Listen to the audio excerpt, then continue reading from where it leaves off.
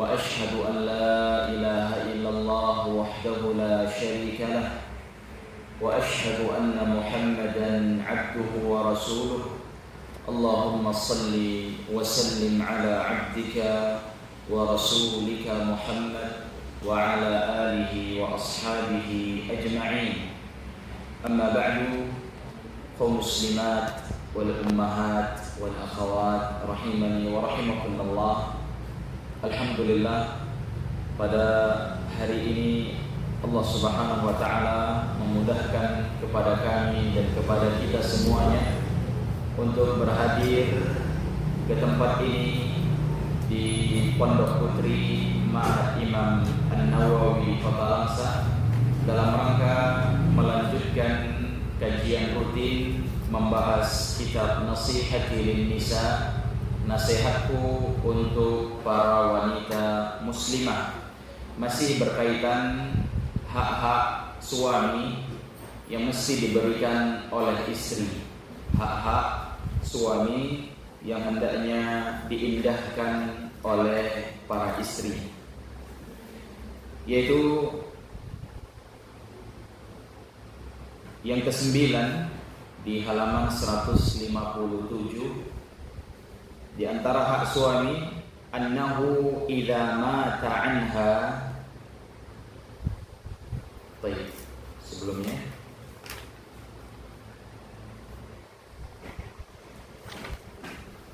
belum ke-9, kemarin terakhir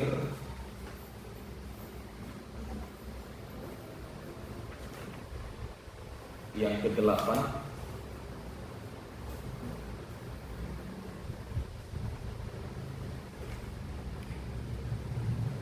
Nah, kemarin yang ke-7, antaqum bihawaiji.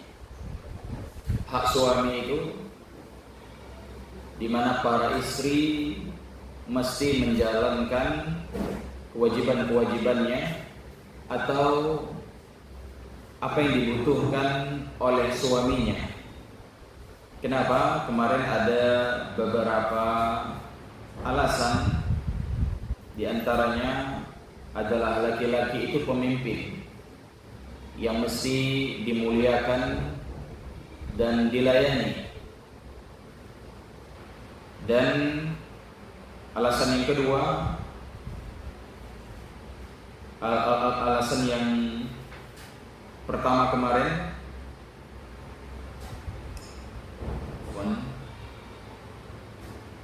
nah, bahwa para suami adalah pemimpin, qawwam 'ala nisa, pemimpinnya para wanita, sehingga tidak ada yang berhak memimpin para wanita kecuali laki-laki. Nah, dan tidak terbalik. Tidak boleh seorang laki-laki dipimpin oleh wanita.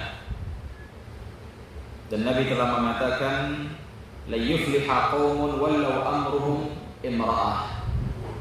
Tidaklah beruntung keadaan suatu kaum apabila mereka dipimpin oleh seorang wanita. Nah, dan kenapa suami mesti dimuliakan? Walirrijali 'alaihinna darajah. Kata Allah, karena suami lebih tinggi derajatnya dari istri. Benar, suami lebih tinggi derajatnya dari istri. Dalam sebuah hadis Nabi sallallahu alaihi wasallam mengatakan, "Lau kuntu amiran ahadan ay yasjuda li ahadin la amartu al-mar'ah an tasjuda li zawjiha."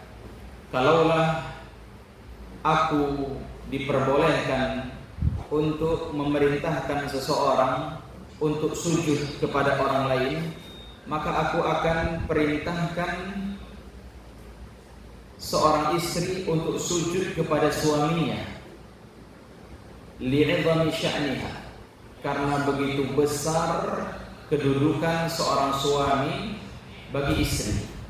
Akan tetapi tidak boleh seseorang sujud kepada makhluk yang lain.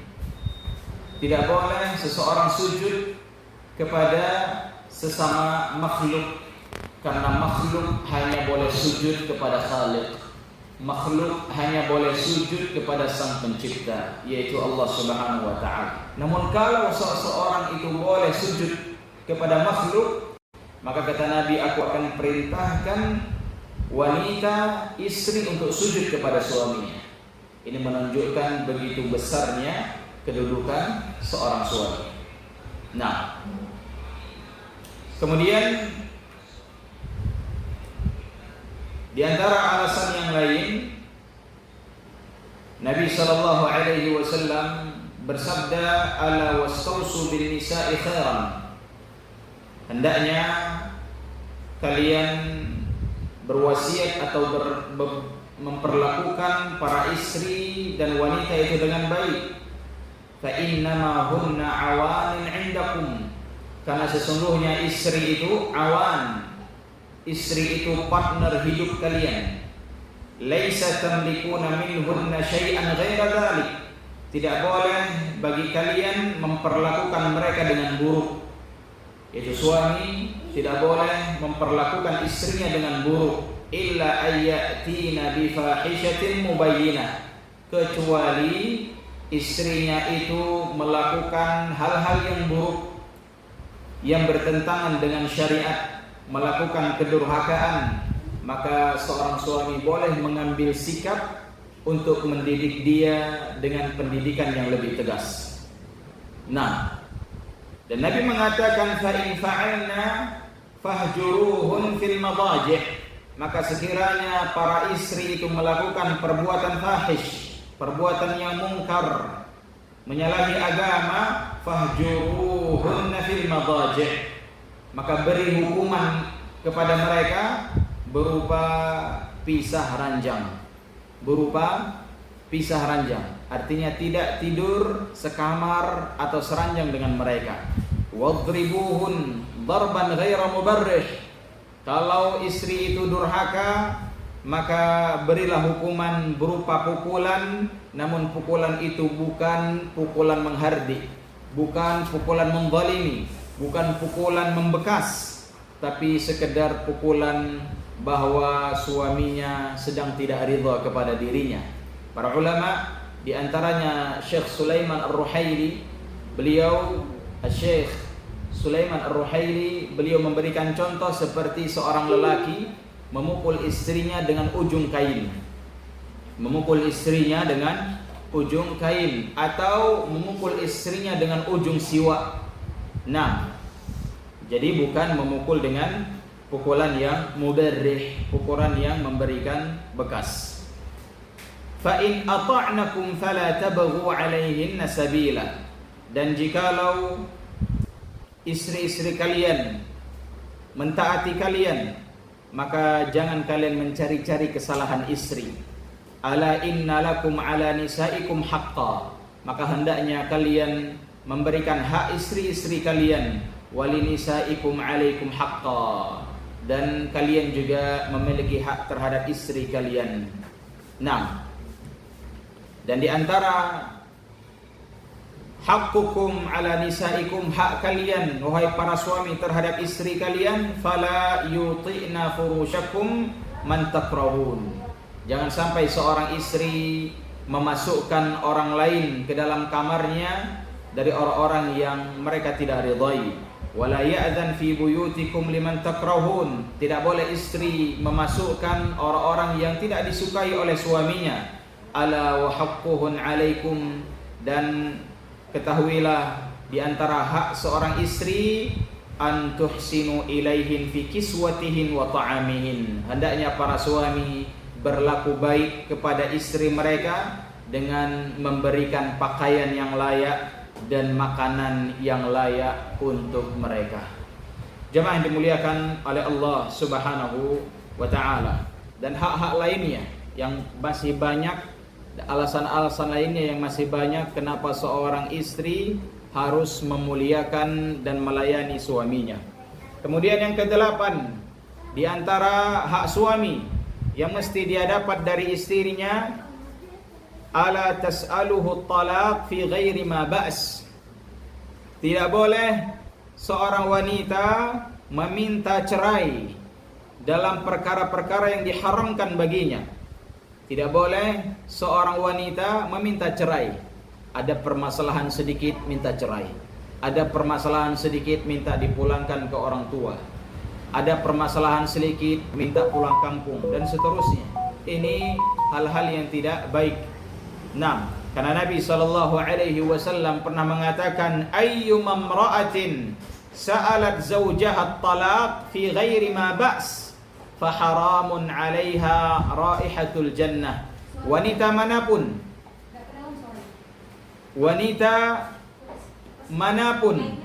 yang meminta kepada suaminya, meminta cerai kepada suaminya, istri manapun dan istri siapapun yang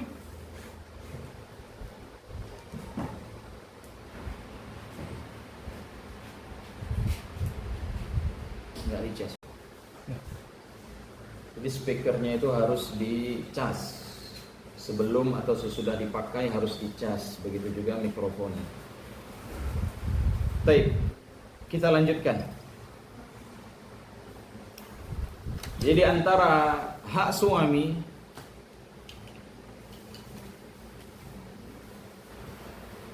ala tas'aluhu at-talaq fi ghairi ma ba's. Tidak boleh seorang istri meminta cerai. Ini nggak boleh. Ini larangan yang mesti dijaga oleh istri dalam hal-hal yang tidak diperbolehkan di dalam syariat. Dia meminta cerai, kecuali ada alasan yang kuat. Kenapa istri yang minta cerai? Di antaranya alasan yang kuat, boleh istri minta cerai, suami murtad. Nah, suami tidak beribadah, suami tak sholat, suami tidak menjalankan kewajibannya, memberi nafkah dan yang lain-lainnya. Tapi kalau dalam hal-hal yang dia memang dituntut untuk bersabar, maka dia bersabar. Dan Nabi mengatakan, ayyuma imra'atin, istri manapun, istri siapapun, sa'alat zawjaha at-talaq, meminta cerai kepada suaminya, fi ghairi ma ba's, dalam hal-hal yang tidak sepantasnya dia untuk meminta cerai, fa haramun 'alaiha raihatul jannah, maka haram baginya aroma surga. Haram baginya harumnya surga. Nah, jangankan untuk memasukinya, mencium aroma surga pun tidak diperkenankan atasnya. Maka ini perlu untuk diperhatikan. Bagi para istri, jangan menganggap remeh atau bermudah-mudah di dalam kata-kata cerai atau meminta cerai. Karena memang cerai itu ada di tangan suami. Tapi seorang wanita tidak diperkenankan untuk meminta cerai dalam hal-hal yang dia masih bisa bersabar di dalam menjalani rumah tangganya. Kecuali ada beberapa hal, seperti kita katakan tadi, suami murtad, suami tak ibadah, suami tak sholat, suami tak menjalankan kewajiban-kewajiban pokoknya sebagai seorang suami, maka itu ceritanya lain lagi. Nah, yang kesembilan, di antara hak suami, annahu idza mata anha tahuddu alaihi arba'ata ashhur wa 'ashra. Kalau suaminya meninggal, maka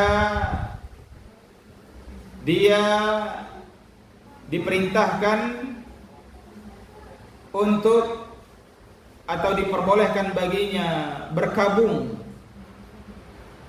setelah suaminya meninggal selama 4 bulan 10 hari.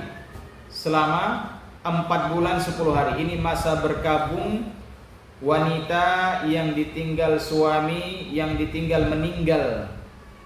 Ditinggal karena wafat oleh suaminya, maka dia diperkenankan untuk berkabung selama 4 bulan 10 hari. Ini masa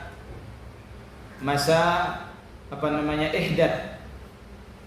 Masa ihdatnya 4 bulan 10 hari.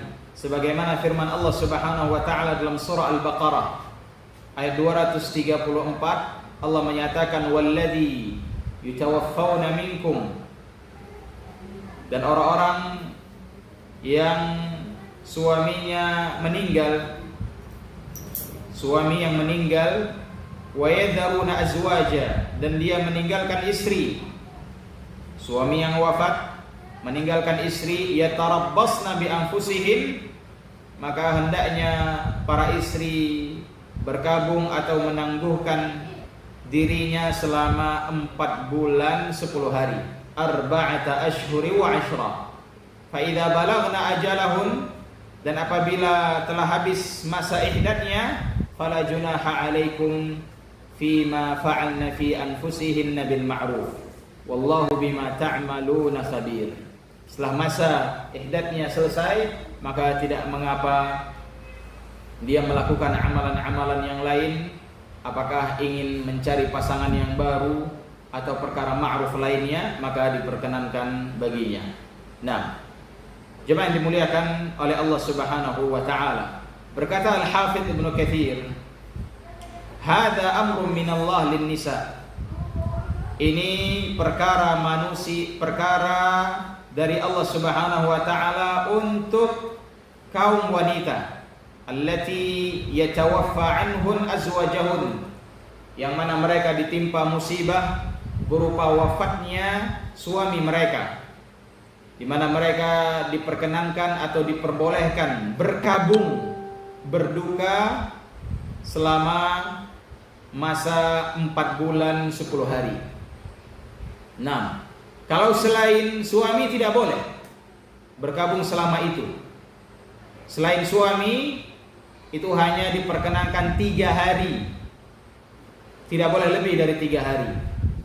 Setelah 3 hari dia harus kembali beraktivitas sebagaimana biasanya. Nah, tapi kalau yang wafat itu suami, maka dia diperkenankan berkabung 4 bulan 10 hari. Wa hadzal hukm yashmil az-zawjat al-madkhul bihin wa ghair al-madkhul bihi al-ijma' bil ijma'. Dan hal ini jemaah dimuliakan oleh Allah Subhanahu wa taala berlaku untuk istri yang sudah dukhul, yang wafat suaminya setelah dukhul, atau wafat suaminya sebelum dukhul. Nah, siapapun wanita yang ditinggal wafat suaminya sudah dukhul atau sebelum dukhul, sudah dukhul berarti dia sudah beristimta', bersenang-senang dengan suaminya, kemudian wafat, maka berlaku hukum ini. Atau belum dukhul, umpamanya baru akad nikah, nah belum melewati malam pertama dan malam-malam berikutnya, di sore harinya setelah akad meninggal suaminya sebelum dukhul, maka juga berlaku masa iddah ini, berlaku masa ihdat ini, 4 bulan 10 hari berlaku bagi wanita yang sudah dukhul atau sebelum dukhul.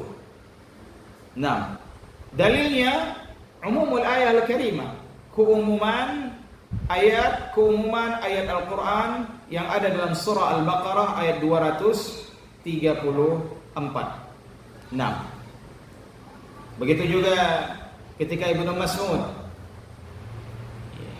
Mas'ud su'ila an rajul tazawwaja imra'ah famata anha wa lam yadkhul biha. Ibnu Mas'ud ditanya tentang seorang lelaki yang dia baru menikahi seorang wanita, kemudian tak lama setelah itu lelaki ini meninggal dan belum sempat dukhul. Nah, belum sempat berhubungan biologis dengan istrinya, meninggal. Maka kata Ibnu Mas'ud, wa 'alaihal iddah wa lahal mirath. istrinya itu dibebankan masa iddah, dibebankan masa ihdat pula, berupa atau lamanya selama 4 bulan 10 hari walaupun belum dukhul. Walahal mirath, dan bagi wanita tersebut dia mendapatkan hak waris walaupun belum dukhul. Nah, jemaah yang dimuliakan oleh Allah Subhanahu wa taala. Kemudian kata Syekh, wala yakhruj min dzalika illa al-mutawaffi anha zawjuha wa hiya hamil.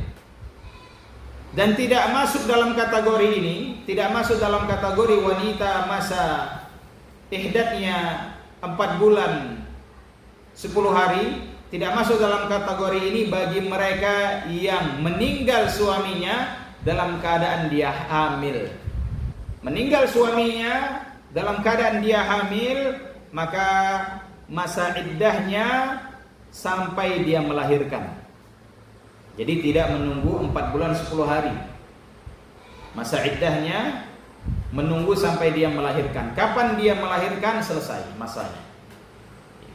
Umpamanya meninggal suaminya, usia kandungannya 7 bulan atau 8 bulan, berarti masa iddahnya hanya sekitar sebulan lebih atau 2 bulan saja. Karena sebulan lebih setelah itu dia akan melahirkan, maka selesai masa iddahnya. Nah, sebagaimana firman Allah dalam surah Talaq, wa ulatul ahmal ajaluhun ayyadha'na hamlahun. Dan wanita-wanita yang hamil masa iddah mereka itu sampai mereka melahirkan. Sampai mereka melahirkan. Nah, jemaah yang dimuliakan oleh Allah Subhanahu wa ta'ala. Wa kadzalika yustathna min dzalika az-zawjah idza kanat ama. Begitu juga keluar dari kategori ini para wanita, para istri yang kedudukan dia sebagai budak. Kalau budak maka tidak menunggu 4 bulan 10 hari. Tapi budak itu masa iddahnya atau masa iddahnya dia setengah dari orang merdeka. Berapa berarti kalau setengah dari orang merdeka? 2 bulan 5 hari. 2 bulan 5 hari. Ini untuk budak. Dan sekarang tak ada lagi budak. Namun kalau ada budak, maka kalau budak suaminya meninggal atau tuannya meninggal, maka masa menunggu dia itu hanya setengah dari yang normal, 2 bulan 5 hari. Nah, jemaah yang dimuliakan oleh Allah Subhanahu wa ta'ala, sebagaimana datang dalam hadis yang diriwayatkan oleh Imam Bukhari dan Imam Muslim, Nabi sallallahu alaihi wasallam mengatakan, inna khalqa ahadikum yujma' fi batni ummihi 40 yawman thumma yakunu 'alaqatan mithla dhalik thumma yakunu mudghatan mithla dhalik thumma yub'atsu ilayhi al-malak fayanfukhu fihi ar-ruh. Naam.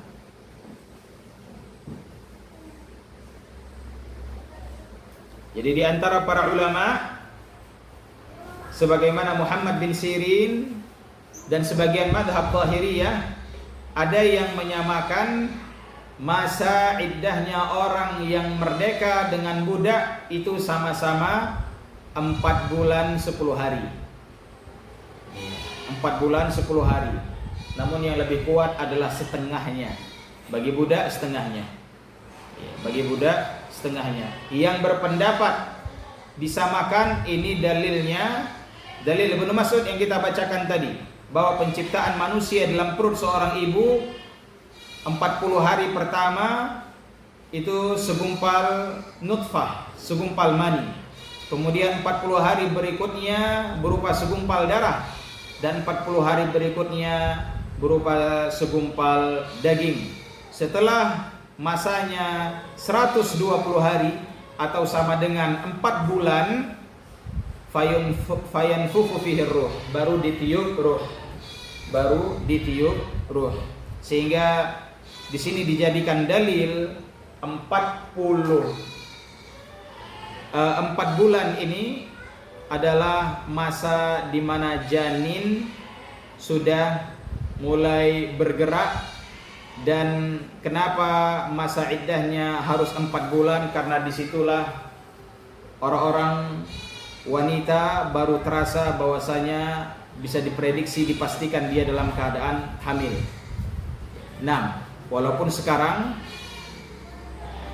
orang hamil sebulan pun atau 2 bulan pun sudah bisa diprediksikan.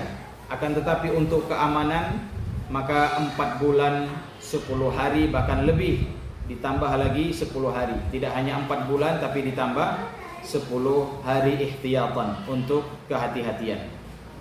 Nah, makanya disebutkan dalam kitab fahadihi thalathu arba'inat bi arba'ati ashhur. Maka inilah 3 fase penciptaan manusia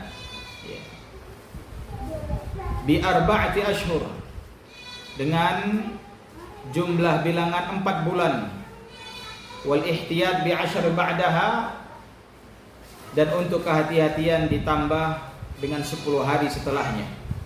6. Dan ihdad, apa itu ihdad? Masa ihdad, kata Syekhah, huwa ibarah an tarkiz zinah min at-tib wa lubsu ma yad'uha ila al-azwaj min thiyab wa hulli wa ghairi dhalik. Dan apa itu masa ihdad? Masa ihdad itu adalah masa di mana wanita yang ditinggal wafat suaminya, dia tidak boleh menghiasi dirinya, tidak boleh berhias, tidak boleh memakai wangi-wangian. 6. Dan tidak boleh mengenakan pakaian-pakaian yang dapat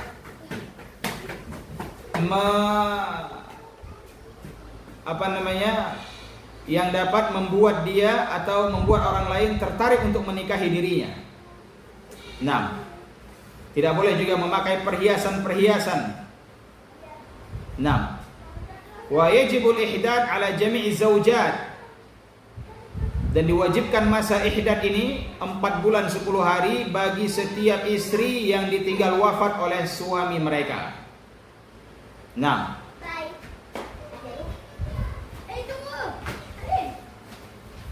bahkan dikatakan oleh para ulama, apakah mereka budak ataupun merdeka, muslimah maupun kafirah, dengan keumuman ayat. Akan tetapi Ats-Tsauri dan Abu Hanifah mengatakan la ihdad 'alal kafirah. Tidak ada masa ihdad untuk wanita-wanita kafir. 6.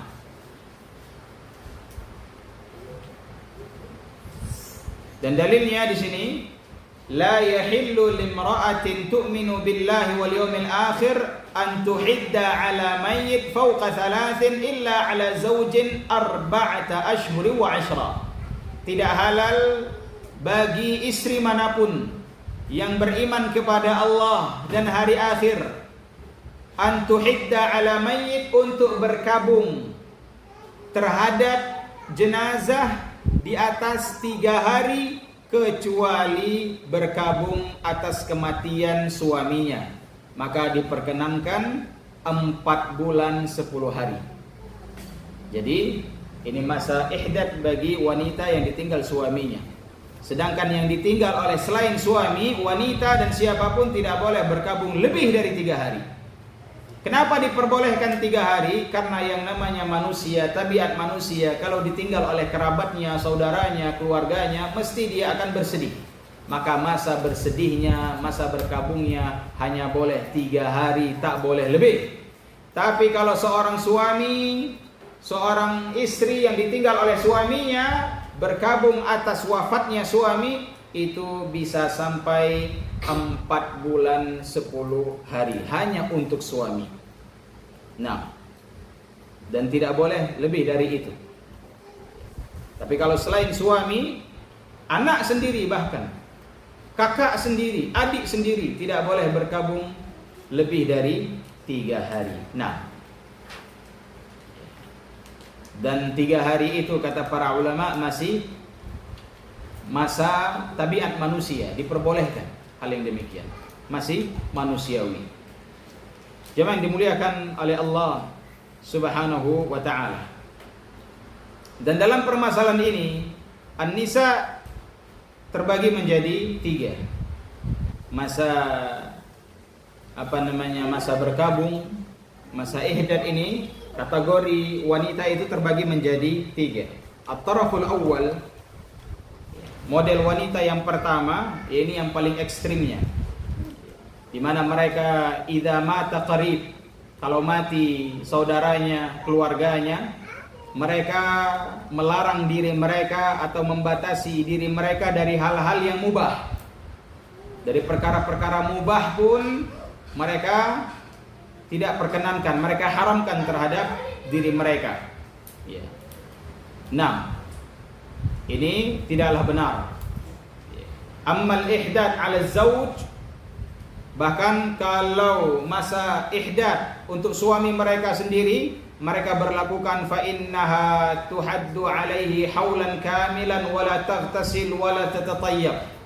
Di antara wanita ada yang memberlakukan masa ihdadnya itu untuk diri mereka ketika suaminya meninggal. Mereka lakukan secara ekstrim dengan cara mereka tak mandi, mereka tak memakai wangi-wangian, bahkan mereka tinggal di tempat yang gelap dan tidak boleh melihat anak-anak mereka. 6. Dan ini hal yang tidak disyariatkan, dan ini tidak benar, dan ini berlebih-lebihan. Tidak ada tuntunannya di dalam syariat masa ihdad yang seperti ini. Dan golongan wanita yang kedua, man la tubali bil ihdad. Ada golongan wanita dia enggak peduli dengan masa ihdad. Setelah meninggal suaminya, setelah wafat suaminya, dia enggak peduli tentang masa ihdad, di mana dia harus menjaga dirinya, dia tak boleh berhias, dia tak boleh safar. Ada wanita yang tak memperdulikan permasalahan ini. Begitu selesai suaminya telah dikuburkan, setelah selang 2 hari 3 hari dia langsung jalan-jalan, ya, langsung melakukan safar, berhias diri dan seterusnya, memakai wangi-wangian keluar, ya. Tidak memberlakukan dirinya masa ihdad. Nah, ini ada wanita seperti ini, dia tidak memberlakukan hal tersebut. 6. Tidak merasa ada hukum di situ, maka ini juga tidak benar. 6. Dan yang ketiga, golongan wanita yang ketiga, al-wasat, pertengahan. Pertengahan. Siapa itu pertengahan? Mereka al-mutamatsilat li syar'illah. Mereka orang-orang yang menjalankan syariat-syariat Allah Subhanahu wa ta'ala. Maka semoga kita tergolong dalam wanita-wanita yang seperti ini. Nah, kemudian di sini ada tanbih. Ada catatan penting dari Syekhah. Lam yarid tahdid lubsus thawb lil muhiddah. Tidak ada satu riwayat pun yang menyebutkan bahwasanya tahdid lubsus thawb lil muhiddah, orang yang lagi masa berkabung, masa ihdad, mesti memakai pakaian ya tertentu, seperti pakaian yang berwarna hitam atau yang lainnya. Tidak ada dalil dan ketentuan seperti itu, ya. Yang jelas antalbath thawban ghaira zina fi nafsi. Yang penting seorang wanita di masa ihdadnya dia memakai pakaian yang pakaian tersebut tanpa hiasan. Artinya pakaian biasa-biasa saja, ya, tidak bersolek berlebihan, biasa-biasa saja. Dan dia tidak boleh melakukan safar kecuali ada hajat yang memang dia harus safar. Selama tidak ada hajat yang mengharuskan dia safar, mengharuskan dia berangkat, maka dia tidak boleh berangkat safar di masa-masa ihdadnya. Nah, jemaah yang dimuliakan oleh Allah Subhanahu wa ta'ala, dan kita kembali kepada permasalahan hak suami. Aqul 'ala zaujah an tubadir ila imtithal amri zaujiha fi hududil kitab wa sunnah. Hendaknya para istri menjaga ketentuan ini, jangan sampai dia melanggar Al-Quran dan As-Sunnah. Hendaknya dia mengikuti ketentuan Al-Quran dan Sunnah Nabi sallallahu alaihi wasallam, karena walaqad nazama al-Islam syu'unu hayatil muslim. Karena agama kita, agama Islam telah membuat aturan yang sangat indah di dalam kehidupan seorang muslim. Nah, di antaranya aturan kehidupan suami istri. Nah, antara hak, apa itu hak suami, apa itu hak istri, semua diterangkan di dalam Al-Quran dan Sunnah Nabi Sallallahu Alaihi Wasallam. Fa idza arada az-zawjan an tatahaqqaq as-sa'adah bainahuma, maka kalau suami istri ingin bahagia, falyakum kullu wahid minhuma bil huquq allati 'alaiha lil akhar. Maka siapa saja dari pasangan suami istri yang ingin bahagia di dalam menjalankan rumah tangganya, maka hendaknya dia menjalankan hak-hak suami istri. Hak-hak istri dia penuhi dan hak-hak suami dia penuhi, maka dia akan dapatkan kebahagiaan di dalam rumah tangganya. Dan yang terakhir di antara hak suami, alla tufshi sirrihi wal aks. Jangan sampai istri menyingkap atau membongkar rahasia suami, atau sebaliknya. Tidak boleh istri menyingkap rahasia suaminya, apa yang telah menjadi rahasia suaminya, atau suami memberikan pesan dan amanah kepada istrinya bahwasanya ini adalah rahasia mereka, maka tidak boleh dibocorkan. Nah, walaupun kepada orang tuanya sendiri, walaupun kepada kakaknya sendiri, walaupun kepada saudara, familinya sendiri, nggak boleh. Kalaulah kepada orang tua saja nggak boleh, apalagi kepada yang lain kalau memang itu adalah rahasia antara dia dengan suaminya, tidak boleh dibocorkan. Nah, kalaulah rahasia kita dengan teman saja tak boleh dibocorkan, apalagi rahasia antara suami istri, lebih-lebih lagi tidak boleh dibocorkan. Dan kita berpindah kepada poin berikutnya. Namun poin berikutnya ini akan kita bahas di pertemuan yang akan datang, tentang hak-hak istri. Ini kita akan bahas poin-poin tentang hak-hak istri. Apa saja hak-hak istri yang mesti diberikan oleh suami? Kemarin ya, sampai hari ini kita bahas hak suami terus.